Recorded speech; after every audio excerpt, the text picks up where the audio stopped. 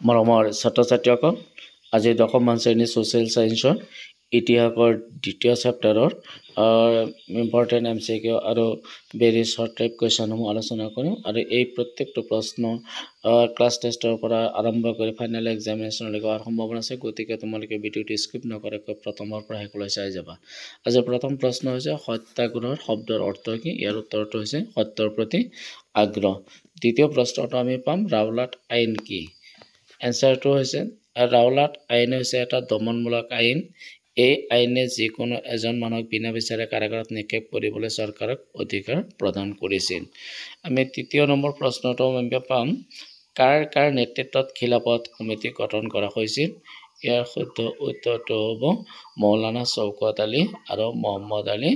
নেতৃত্বত খিলাফত সমিতি গঠন কৰা হৈছিল অসহযোগ আন্দোলনৰ তিনিটা নীতিবাচক দিক আলোচনা কৰা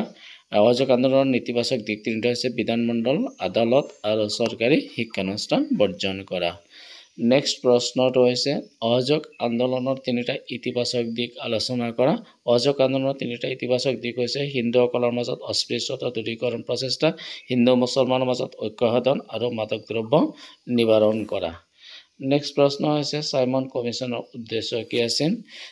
মন্টেগু চেমছফৰ্ড সংস্কাৰ কিমান দূৰ কৃতকাৰ্যতা লাভ কৰিছে তাক অনুসন্ধান কৰাটো আছিল সাইমন কমিছনৰ প্ৰধান উদ্দেশ্য আমি পৰৱৰ্তী প্ৰশ্নলৈ যাম গান্ধী আৰোহণ চুক্তিৰ দুটা শৰ্ত উল্লেখ কৰা এনসাৰটো হৈছে গান্ধী আৰোহণ চুক্তিৰ শৰ্ত দুটা হ'ল আইনামান্য আন্দোলনৰ কাৰ্যসূচী প্ৰত্যাহাৰ কৰা সাগৰৰ পাৰৰ গাঁওবাসীক প্ৰয়োজনীয় নিমখ কিনি তৈয়াৰ কৰাৰ অনুমতি প্ৰদান কৰা নেক্সট প্ৰশ্ন হৈছে ক্লিমেণ্ট এটলিয়ে ভাৰতলৈ পঠিওৱা কেবিনেট মিছনৰ উদ্দেশ্য কি আছিল কেবিনেট মিছনৰ উদ্দেশ্য আছিল ভাৰতত সৃষ্টি হোৱা অচল অৱস্থা আঁতৰ কৰি ভাৰতক স্বাধীনতা প্ৰদান কৰা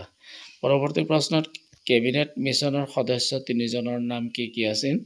কেবিনেট মিছনৰ সদস্য কেইজনৰ নাম আছিল Stafford Cripps lord Patrick Lawrence আৰু এবি আলেকজাণ্ডাৰ নেক্সট প্ৰশ্নটো হৈছে গান্ধীজীয়ে কিয় অসহযোগ আন্দোলন বন্ধ কৰিছিল 1922 চনৰ 5 ফেব্ৰুৱাৰী তাৰিখে চৌৰিচৌৰা স্থানীয় পুলিচ আৰু প্ৰতিবাদকাৰীৰ মাজত হিংসাত্মক সংঘৰ্ষ সংঘটিত হৈছিল